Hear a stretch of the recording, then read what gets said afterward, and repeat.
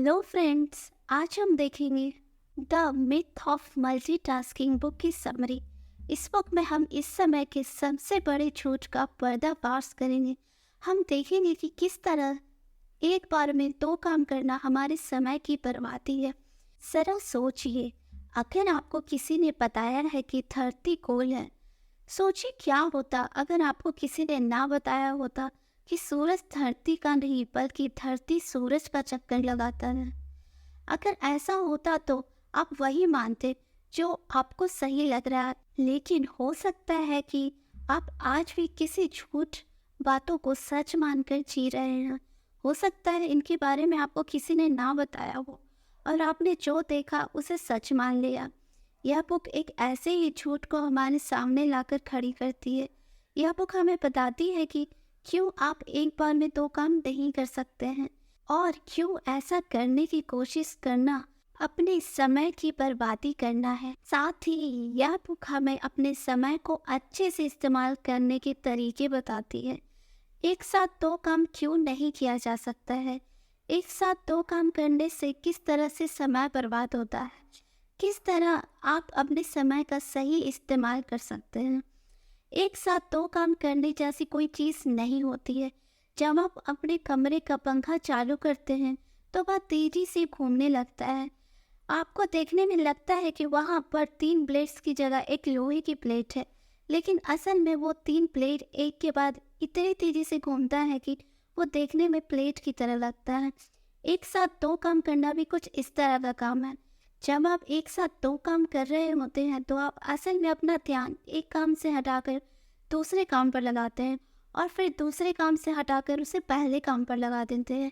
आपका दिमाग ये काम इतना तेजी से करता है कि आपको लगता है कि आप दो काम एक साथ कर रहे हैं, लेकिन असल में आप एक बार में सिर्फ एक ही काम कर रहे हैं। न्यूरोलॉजिस्ट ने इस पर बहुत से रिसर्च किए हैं।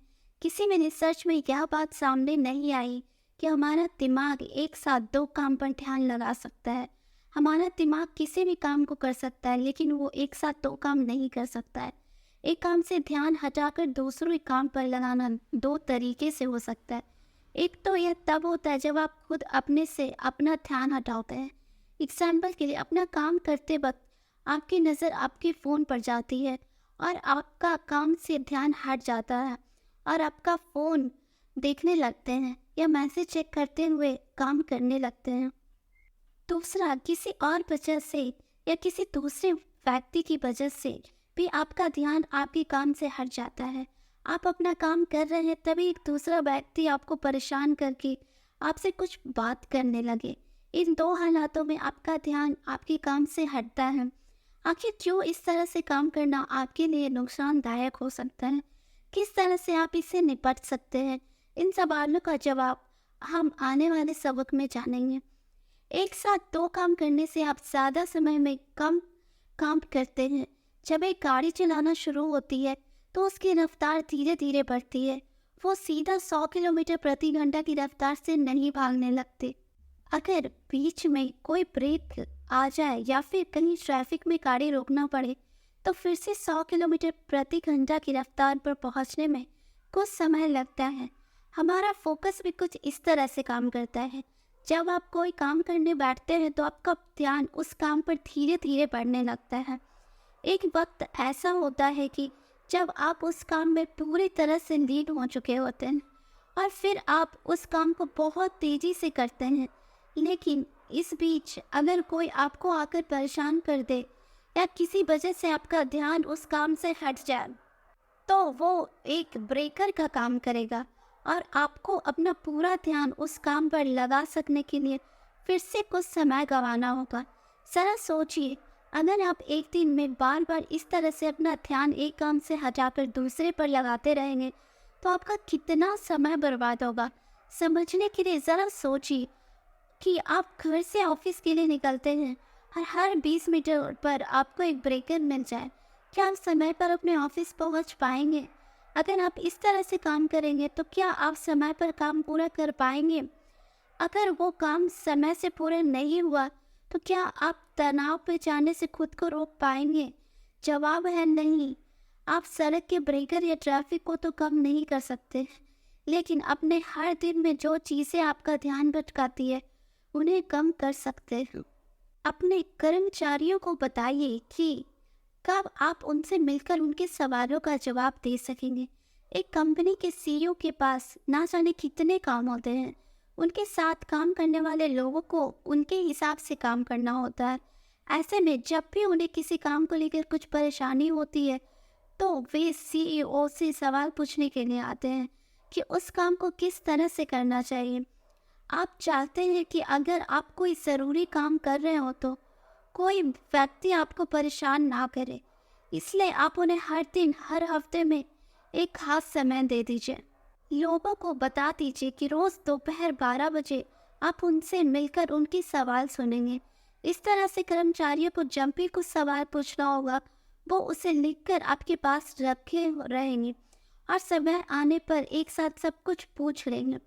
इसके अलावा आप लोगों को बता दीजिए कि कितने बजे से कितने बजे तक आप खाली रहते हैं, या उनसे बता दीजिए कि कब आप उनके मैसेज का जवाब दे सकते हैं।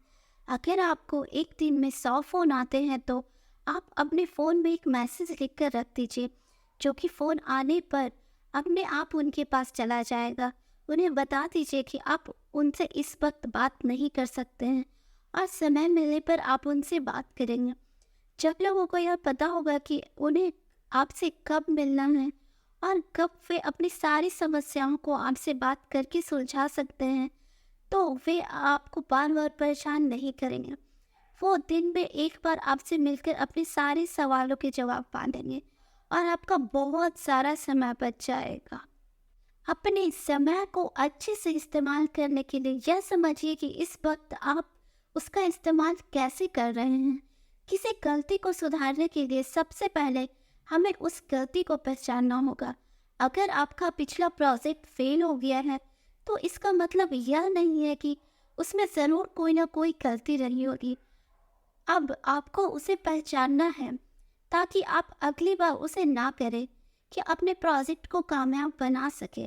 ठीक इसी तरह अगर आप चाहते हैं कि आप अपने समय का सही इस्तेमाल करें, तो सबसे पहले आपको यह देखना होगा कि इस समय आप अपने समय को किस तरह से इस्तेमाल कर रहे हैं। सबसे पहले आप यह देखिए कि आप इस समय किस तरह से अपना समय खर्च कर रहे हैं।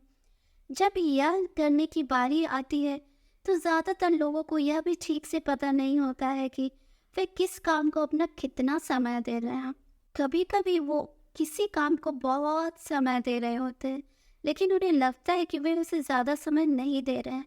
ठीक उसी तरह शायद आपको लगता है कि आप कम टीवी देखते हैं, लेकिन हो सकता है आप ज़्यादा टीवी देखते हो। इसलिए आप कुछ दिन तक अपने हर काम को एक जगह पर लिखकर यह जानने की कोशिश कीजिए कि आप असल में कितना काम कर रहे हैं, कितना समय दे रहे हैं। जब आपको यह पता चल जाएगा कि आप किस काम को कितना समय दे रहे हैं, तो आप उनमें से फालतू के कामों को निकाल कर ज़रूरी काम में लगा दीजिए। इसके अलावा अगर एक बार आपको पता चल जाएगा कि आप किस काम को कितना समय दे रहे हैं, तो आप अपने भविष्य की प्लानिंग भी अच्छे से कर सकते हैं। अगर आगे चलकर आपको कुछ दूसरा काम भी अपने रोज़ में के काम में जोड़ना पड़े, तो आप इस वक्त के कुछ दूसरे कामों को निकाल कर उसके लिए जगह बना सकते हैं। अपने कर्मचारियों को यह एहसास दिलाइए कि किस तरह से वे अपने समय का सही इस्तेमाल कर सकते हैं। जब तक आप यह समझ चुके होंगे कि किस तरह से एक साथ 2 काम करना किसी काम को करने का बिल्कुल भी सही तरीका नहीं है, लेकिन अब सवाल यह उठता है कि किस तरह से आप अपने कर्मचारियों को इस तरह से काम करने से रोक सकते हैं। किस तरह से आप उन्हें यह एहसास दिला सकते हैं कि एक बार में एक काम करना का अच्छा तरीका है। इसके लिए आपको उनके सामने एग्जाम्पल रखना होगा। आपको उन्हें यह करके दिखाना होगा कि किस तरह से एक बार में एक काम करने से काम अच्छे से पूरा होता है। आप सबसे पहले खुद पर यह तरीके लागू कीजिए। उन्हें दिखाइए कि किस तरह से आप ऐसा करके पहले से बेहतर तरीके से काम कर पा रहे हैं। लोग जब यह देखते हैं कि किसी काम को करने का फ़ायदा वाकई हो रहा है, तो वो अपने आप उसे अपनाने लगते हैं। इसलिए सबसे पहले उन्हें वो फ़ायदे दिखाइए। उन्हें दिखाइए कि किस तरह से आप दिन में एक बार सबसे मिलकर उनकी समस्याओं को सुलझाकर खुद को दिन भर परेशान होने से बचा सकते हैं। उन्हें दिखाइए कि किस तरह से आप एक बार में अपना ईमेल और मैसेज चेक करके सबका जवाब उसी वक्त दे सकते हैं और अपना फिर सारा दिन अपने काम पर ध्यान देते हैं। इस तरह से आपके कर्मचारी यह देखेंगे कि इस तरह से काम करना वाकई फ़ायदेमंद है और वो इस तरीके को अपनाने लगेंगे। उन पर किसी काम को करने का दबाव मत बनाइए, बल्कि उन्हें दिखाइए कि इसके फ़ायदे क्या हैं, ताकि वो खुद पर खुद समझ सके और इसे अपना सके। ओवरऑल इस बुक में यह बताया गया है कि एक साथ दो काम करने जैसी कोई चीज़ नहीं होती है। हम एक बार में सिर्फ एक ही काम पर ध्यान लगा सकते हैं और दो काम एक साथ करते वक्त हम एक के बाद एक अपना ध्यान हटाकर दूसरे काम पर लगाते रहते हैं। इस तरह से हम अपने समय को बर्बाद करते हैं और समय पर काम पूरा नहीं कर पाते हैं। अपने समय को अच्छे से प्लान कीजिए और यह देखिए कि आप असल में किस काम को कितना समय दे रहे हैं। इसके बाद उसे अच्छे से मैनेज कीजिए। एक छोटे से एक्सरसाइज करके यह जाने कि किस तरह से एक साथ दो काम करना ज़्यादा समय खाता है। एक पेन और पेपर लीजिए और कोई सेंटेंस लिखिए। एग्जाम्पल के लिए आप लिखिए, एक साथ दो काम करना अच्छा नहीं है। जब आप एक अक्षर लिखिए तो उसके नीचे एक नंबर लिखिए। ए लिखकर उसके नीचे 1 लिखिए। का लिखकर उसके नीचे 2 लिखिए। सा लिखकर उसके नीचे 3 लिखिए और इस तरह से लिखते जाइए। फिर अपने टाइमर में यह देखिए कि इसमें आपको कितना समय लगा। इसके बाद आप पूरा सेंटेंस एक बार में लिखिए और उसे लिख लेने के बाद 1 2 3 लिखिए और देखिए कि इस तरह से आपको कितना समय लगा।